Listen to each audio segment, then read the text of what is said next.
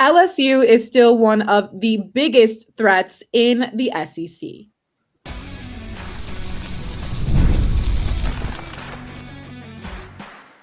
You are Locked On Women's Basketball, your daily podcast on women's basketball. Part of the Locked On Podcast Network, your team every day.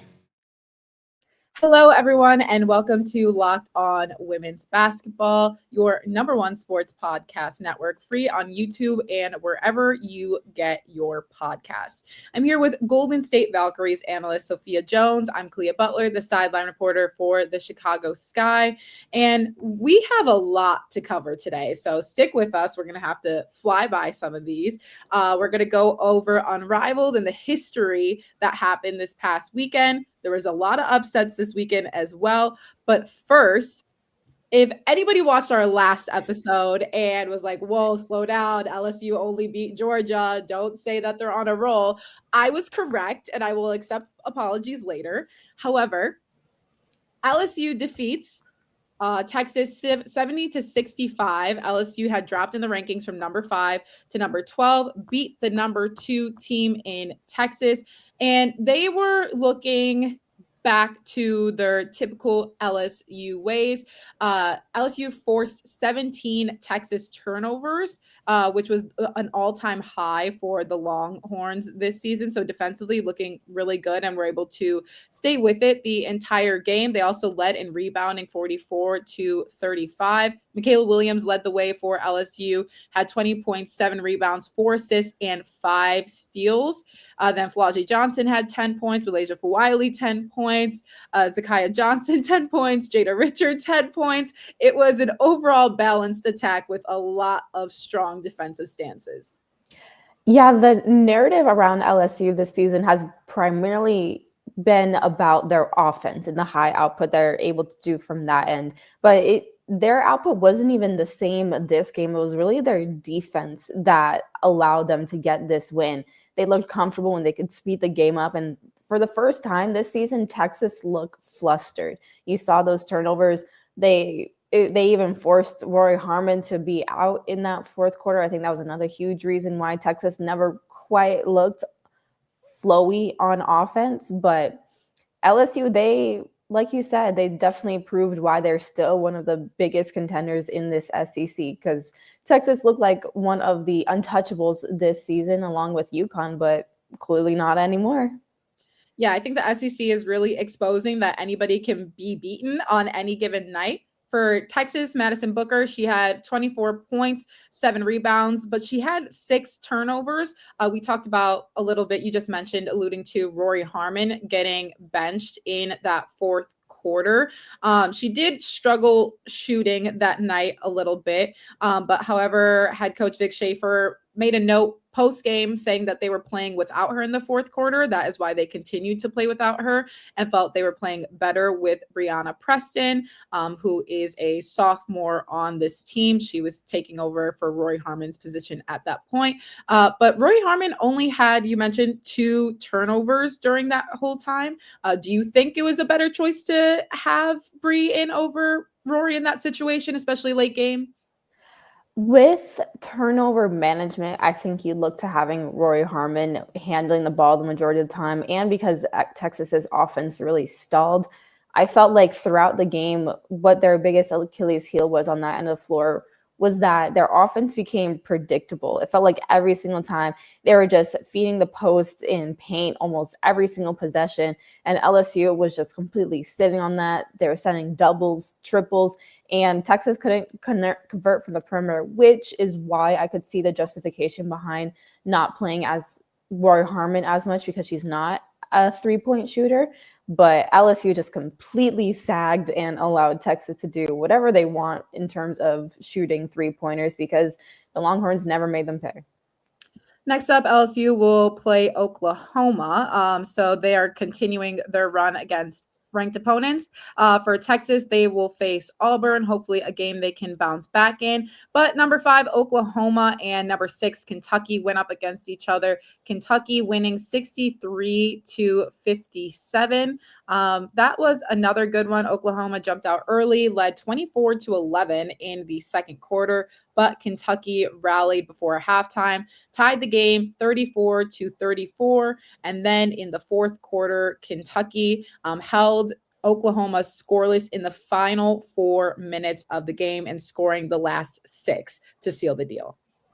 Yeah, Kentucky, they just did what they needed to do as one of the top defenses in the SEC, going up against one of the best offenses in the SEC. But a lot of it was led by Tonie Morgan, who finished with 22 points, 8 rebounds, and 4 assists, playing all 40 minutes. There was a stretch, maybe the last 1.5 minutes or so, where she could barely go a possession without cramping afterwards. That's how much she gave to that game. And she is really cementing herself as one of the best point guards to be a leader, I think, on her team in the country.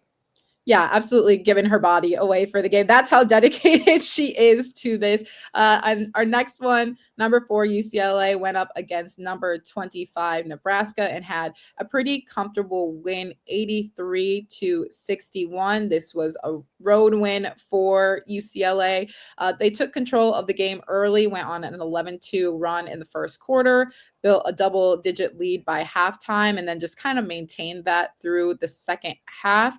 They rebounded the Cornhuskers 43-28 and converted 16 offensive rebounds into 17 second chance points. And they also held Nebraska to shooting just 38% from the field, which is well below their season averages. Lauren Betts led the way, 18 points, 10 rebounds.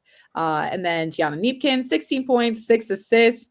Clarice Ledger-Walker, 14 points. Kiki Rice, 12 points, 6 rebounds. Sienna Betts, 12 points. And Gabrielle Jaquez, 11 points. So UCLA, you're getting some depth when you're looking at this team.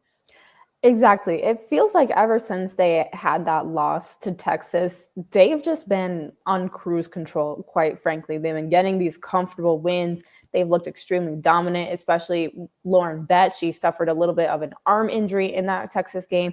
Now she looks completely healthy. She's been getting double-doubles on a consistent basis.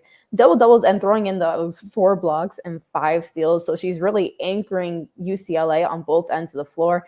And for a team that is brand new to the Big Ten, they look like they've been playing these teams for years on end because there has really been no one to compete with them so far in the conference play. UCLA will go up against Minnesota next, and Nebraska will face Michigan State. Our last one that we have to go over, again, such an exciting slate of games, but our last one, Ohio State upsets Maryland. Ohio State currently in that 19th spot, 89-76 victory over number 8 Maryland.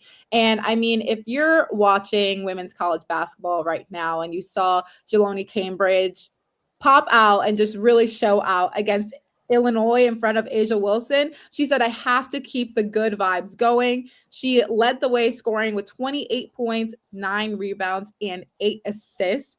And she also played all 40 minutes, including 12 points just coming from the fourth quarter alone after coming off her 41-point game. She is just making Ohio State a really exciting team to watch.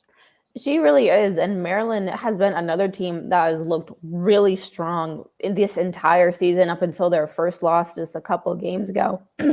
But Ohio State even trailed by 12 points after that first quarter and then just played strong throughout the second, third, and fourth. Maryland led at halftime. So then Ohio State just really helped to close that game, ended up winning it pretty comfortably. And when you look at who was ahead of it, you look at Jaloni Cambridge, and she has just really taken that next step this year for her team and making Ohio State a real contender within the Big Ten.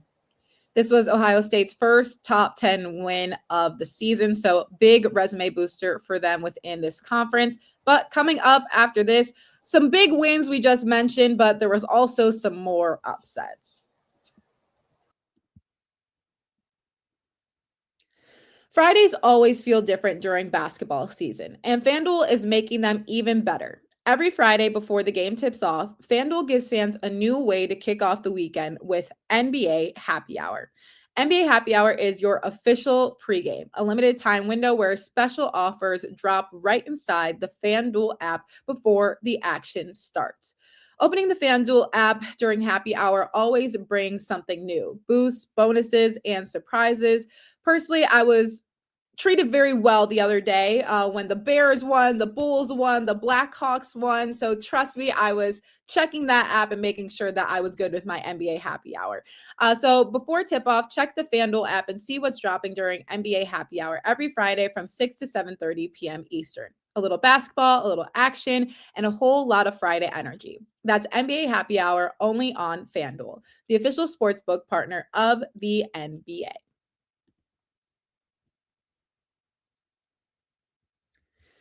It's 2026, and if you're still paying rent without Bilt, it's time for a change. Bilt is the loyalty program for renters that rewards you for your biggest monthly expenses: rent.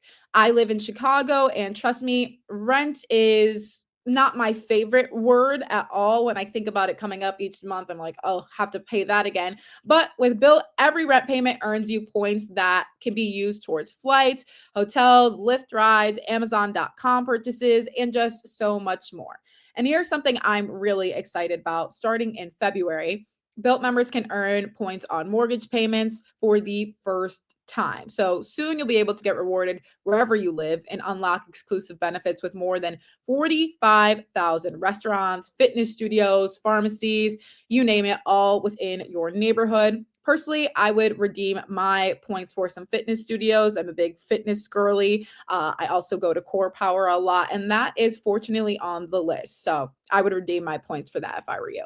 Join the loyalty program for renters at joinbilt.com/lockedonwomen. That's joinbilt.com/lockedonwomen. Make sure to use our URL so they know that we sent you.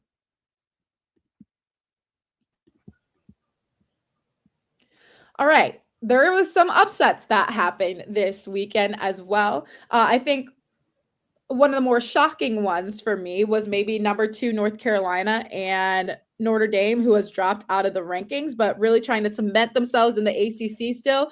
They beat North Carolina 73-50. We haven't really seen Notre Dame have a comfortable win like this in a while, especially over a ranked opponent. It was really their defense that didn't allow North Carolina to really get into any rhythm that we've seen as of late. And they just kind of controlled the game defensively, and that's been their identity for the past multiple years. And they just kept the good vibes going. They had a very comfortable lead once you went into the second half. Definitely. And Notre Dame, I don't think there's anything at this point in the season that they could do that wouldn't surprise me. Because they just went from losing to Georgia Tech in overtime, then losing to Duke, turning around, beating, I think it was Boston College, and then North Carolina, both games extremely comfortably. So when they're clicking, especially on the defensive end, they look extremely strong. They look like they could honestly go toe-to-toe with anyone in the country.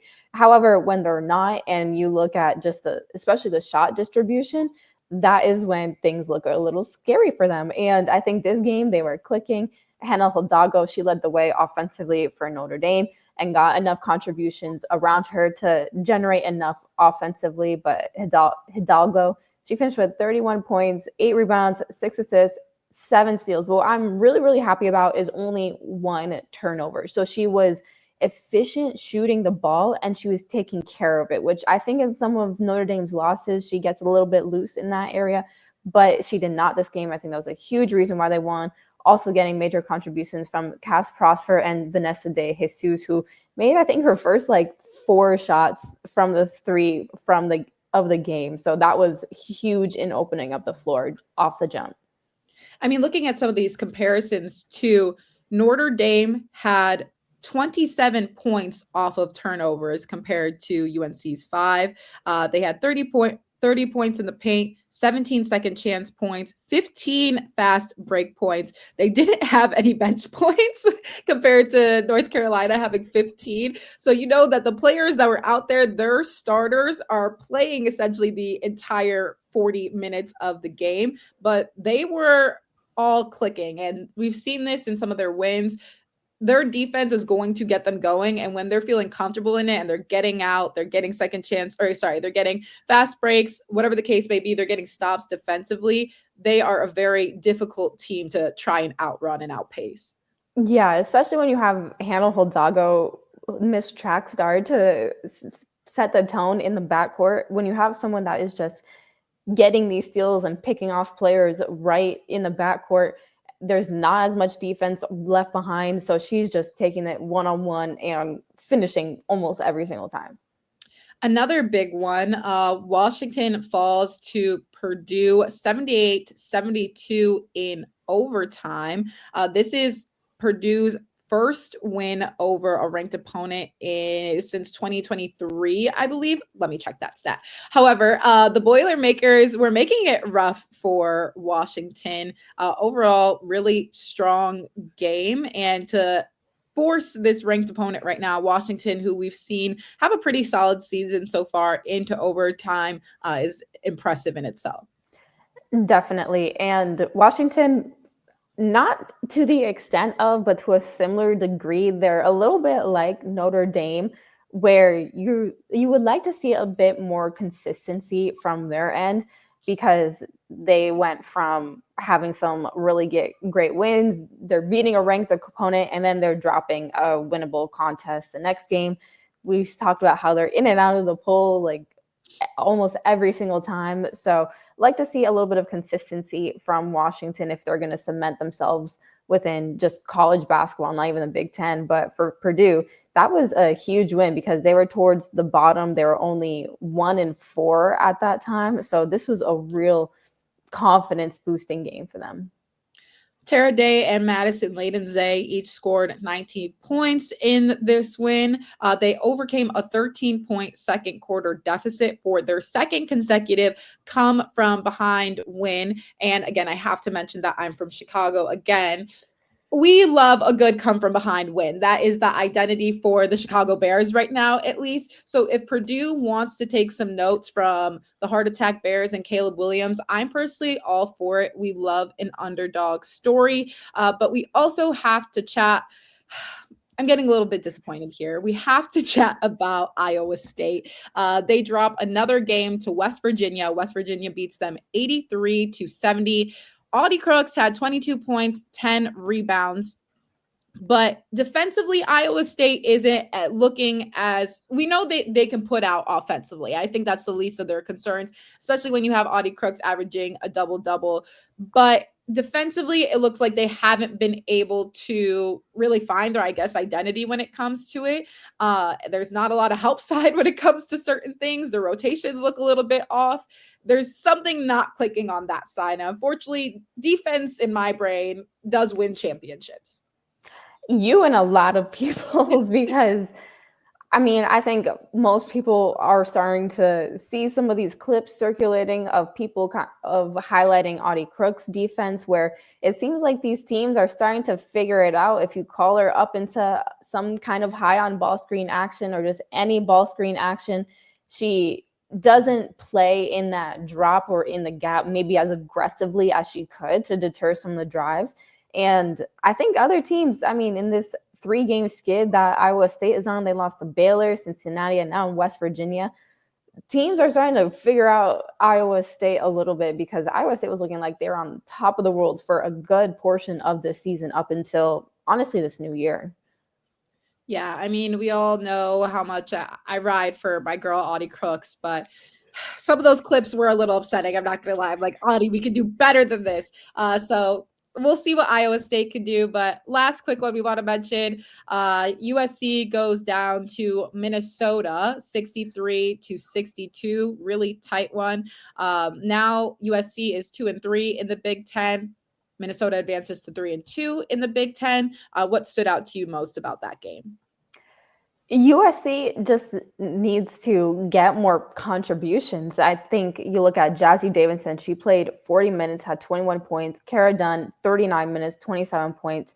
But they dropped their last two games to unranked opponents. I think they're really struggling without Kennedy Smith as a two-way threat, highlighting two-way threat, because in the last two games that they lost, she has not been a participant, and she just provides so much length and athleticism. She can handle the ball. She can put the ball in the bucket offensively, and then defensively just provide some athleticism and length. So I think USC is really struggling without her. Absolutely. Coming up after this, let's get into Dearica Hamby. Have a night, girl. We're going to cover Unrivaled, so stay with us.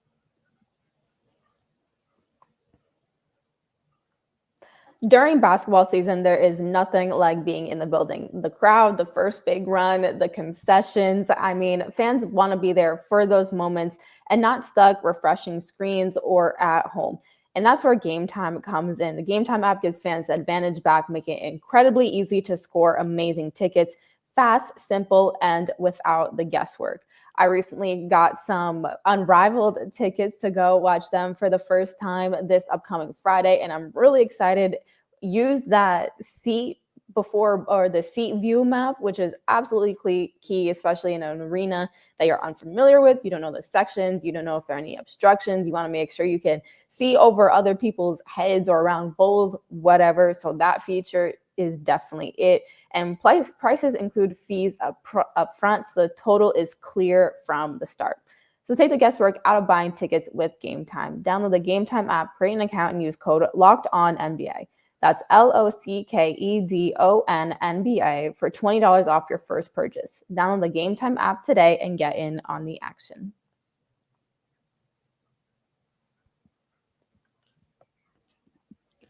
All right, this was another exciting. There was just exciting basketball overall. You get to see the pros, you get to see college. There was a lot going on. Unrivaled had some historic moments this weekend. We're going to start with her, actually, because I feel like she needs to have her moment.